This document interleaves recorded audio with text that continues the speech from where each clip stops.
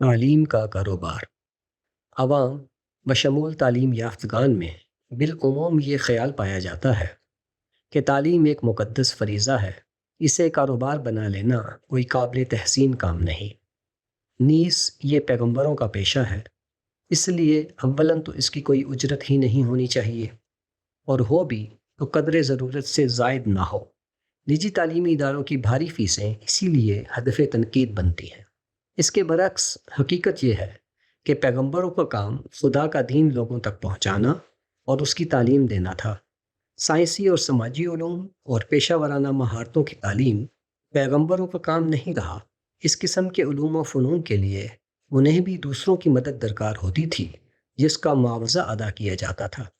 جنگ بدر کے غیر مسلم قیدیوں میں سے جو لوگ لکھنا پڑھنا جانتے تھے، ان سے مسلم بچوں کو کتابت سکھائی گئی تھی، اور یہی ان کی رہائی کا معاوضہ قرار پایا تھا۔ خدا کے پیغمبر جنہیں ان کی دینی مصروفیات کی وجہ سے کسب معاش سے آزاد رکھا گیا تھا، ان کے معاش کا انتظام بھی خدا کی اسکیم میں موجود تھا۔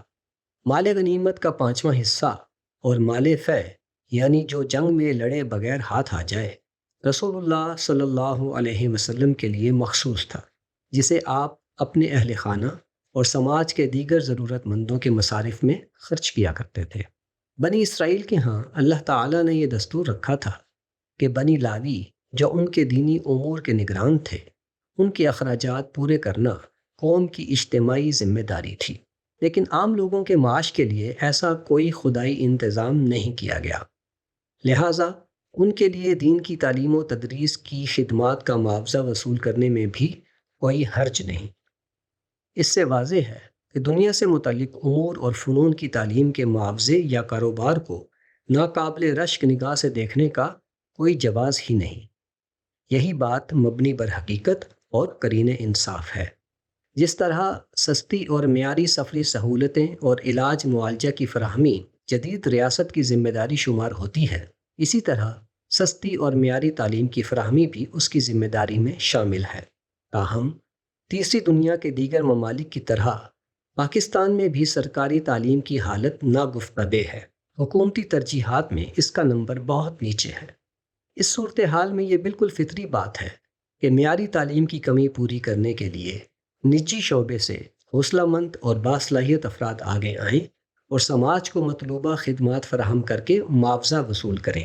ایسے ہی جیسے طب اور ٹرانسپورٹ کے میدانوں میں نجی سطح پر افراد، ہسپتال اور کمپنیاں مطلوبہ سہولیات فراہم کرتی اور اس سے مالی فوائد حاصل کرتی ہیں، تعلیم و تدریس کے لیے بھی انفراسٹرکچر کی ضرورت ہوتی ہے، جیسے کسی بھی دوسرے کاروبار کے لیے درکار ہوتی ہے۔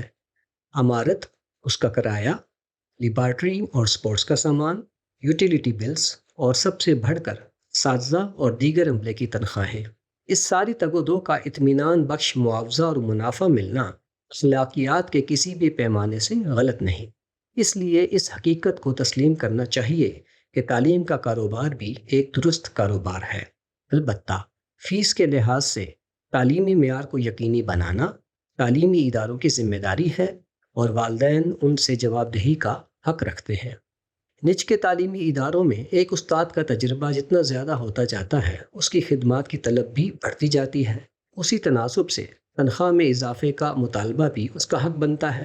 ایثار یا بے غرض خدمات پیش کرنا انفرادی ذوق اور رجحان کا معاملہ ہے جو چند ہی لوگوں میں پایا جاتا ہے۔